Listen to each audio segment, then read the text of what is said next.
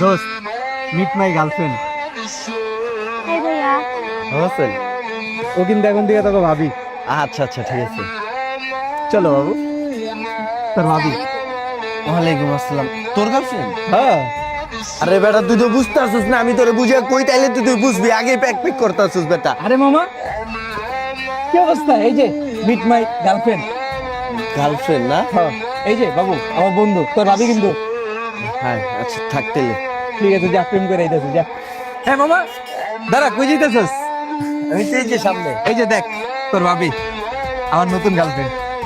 ভাবি যদি একটু মনে না করেন, ওর লাগে আমার একটু কথা আছে। হ্যাঁ আচ্ছা ঠিক আছে। এক মিনিট। কি মামা?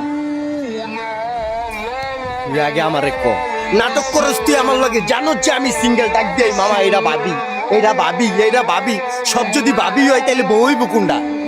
আর তোগুলো লেগে না আঙ্গ মতো পোলাটি সিঙ্গেল, সব যদি প্রেম তুই করস তাহলে আমরা কি করুম? তোগুলো লেগে আঙ্গ হাতে সাবান তুলতে হয় বেটা।